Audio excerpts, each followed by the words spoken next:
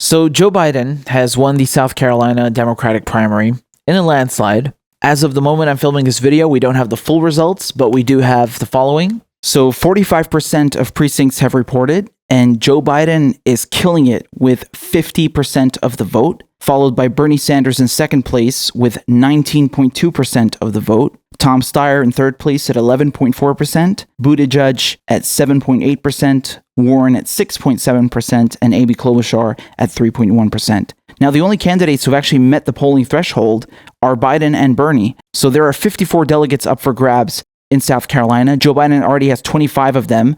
Bernie Sanders has 6. Okay, all the other candidates emerge with nothing. This actually gives Joe Biden an enormous bump. He's now in second place, effectively. So this was expected. Okay, as I mentioned in my previous videos, I think we all expected Joe Biden to win South Carolina for various reasons. You know, he was abandoning basically New Hampshire and Nevada and going straight to South Carolina, and he spent all his time campaigning there. I don't think he spent a single day so far campaigning in any Super Tuesday states. I mean, that is risky as hell. It's in 2 days. So anyway, he went straight to South Carolina. That was his firewall, so to speak, and he bet all his chips on South Carolina. It worked out for him. He won. I mean, if he hadn't won, I still think he would stayed in the race because he's a bit delusional, but it does look good for him. It gives him a slight bump, even though that's not going to make such a big difference. But still, it's giving him a bump in the media, and the media couldn't help stimulating themselves and orgasming over his win. Take a look at this clip from CNN. Look what happened with Joe Biden tonight. He just jumped ahead of Pete Buttigieg, and that's with 14 delegates. We still have 40 to allocate from South Carolina. Look, he basically doubled his delegate total already, Wolf. This is really significant. Now, Joe Biden, the winner of the South Carolina Democratic primary. Dana, a major win for the former vice president. He desperately needed it. He got it. You can't understate how important this is for the Biden candidacy. His firewall held. He promised that he would win South Carolina, and he delivered on that promise, according to our projection. I mean, so far, he's done terribly, right? He came in 5th place, Iowa, then 4th place in New Hampshire, then 2nd in Nevada. So yeah, this is good, but it's not enough. Also, he has a huge amount of black support there too, because he was also Barack Obama's vice president, right?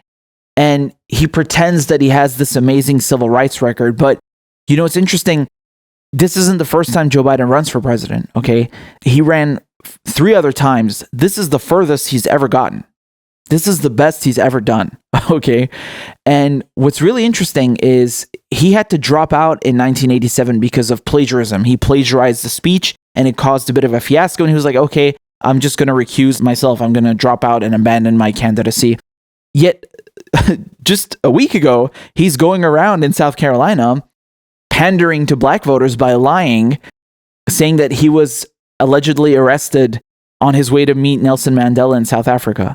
And the UN ambassador who was with him confirmed that they were never arrested. And then the Joe Biden campaign walked that statement back just a day ago. They're saying, no, actually, Joe Biden didn't mean that. He wasn't arrested. Yeah, we know he wasn't arrested. It's a lie.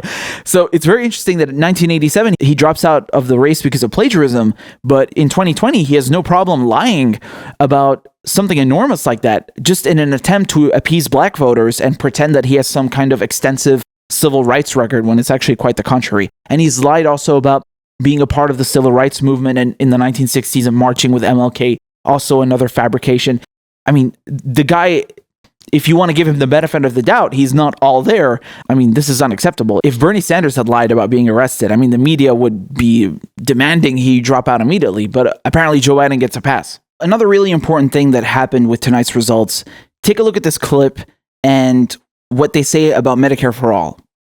that's right, Wolf. And I know South Carolina is the 4th state. And once again, we're learning health care was the dominant issue for voters. According to the exit poll, 39% of those participating in the South Carolina Democratic primary today say health care was the most important issue to their vote, followed by income inequality at 21%, race relations at 18%, and climate change down at 14%.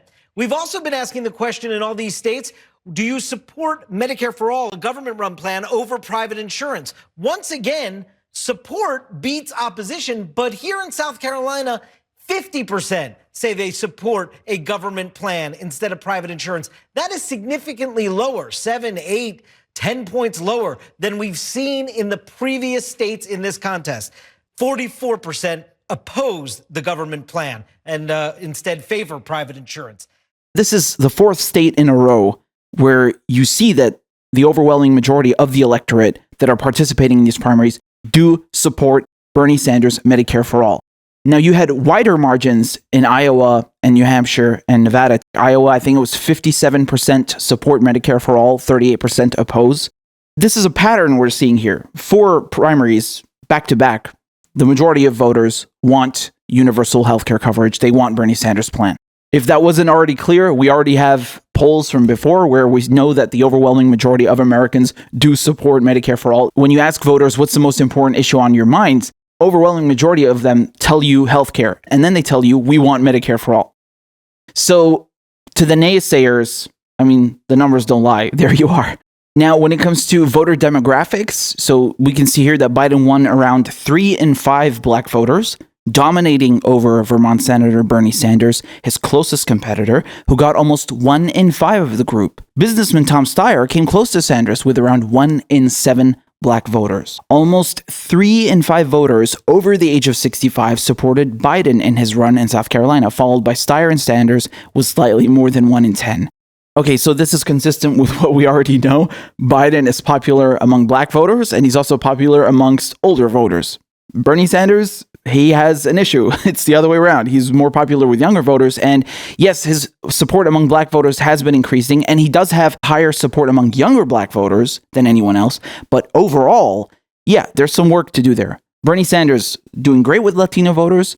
He does great with people of color in general. But when it comes to black support, he's lacking. And we've just seen that tonight in South Carolina. The proof is in the pudding. That's something he needs to work on. That's a constructive criticism. It's a valid criticism. It's not an attack. I think you guys all know that. And it's really something he has to work on. In general, going into Super Tuesday, I mean, I don't know what Joe Biden is expecting. I think it's pretty clear he's going to get wiped out. He's in second place technically in the race now in number of delegates, but there's just no grassroots there. There's no support. I mean, Bernie holds a rally. You have tens of thousands of people coming. Joe Biden holds classroom-sized events. There's no support there. There's no enthusiasm. Looking also at the polling data for Super Tuesday, everything is in favor of Bernie Sanders. I mean, he's projected to win California, which has the highest amount of delegates. And he's also projected to win Texas, which is also another state with an enormous amount of delegates.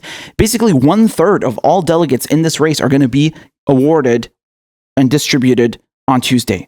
This is huge, as Bernie says, okay? I think Bernie is going to do really well. I think he's going to wipe the floor with the other candidates. Fingers crossed, all right? Knock on wood. So in California, Bernie's leading at 33.8% in the latest polls, and he's trailed by Warren at 14.3%. I mean, the guy has a 20-point lead, basically, in California. I mean, this is beautiful. This is really amazing. And Biden is in third place at 13.1%. He doesn't even make the threshold, if that's how things turn out. And if you look at Texas, again, Bernie is leading the pack. He has a 6-point lead over Biden. So Bernie comes in at 27.1% and Biden at 21.5%. And if you look at Virginia as well, Bernie Sanders, 25.2%, Joe Biden at 20.2%.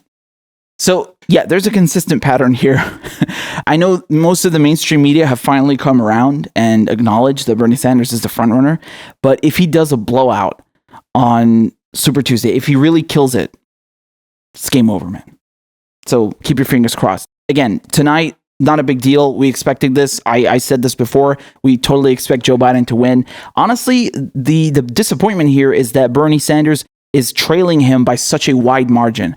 I mean, I'm pretty astonished to see that. And I mean, I'm not completely surprised, but yeah, it's like, damn, that sucks. If he had lost by 2 points or 5 points, I mean, that's pretty good because then you could make the case that, look, Joe Biden isn't even doing that well in his firewall, so to speak. He's neck and neck with Bernie. But this is pretty consistent with polling that we saw months ago where Joe Biden had like a 35% lead. Well, yeah, turns out that's the case. In reality, that's how people voted. Anyway, not a biggie. And keep your fingers crossed for Super Tuesday. Let's hope Bernie Sanders absolutely crushes it.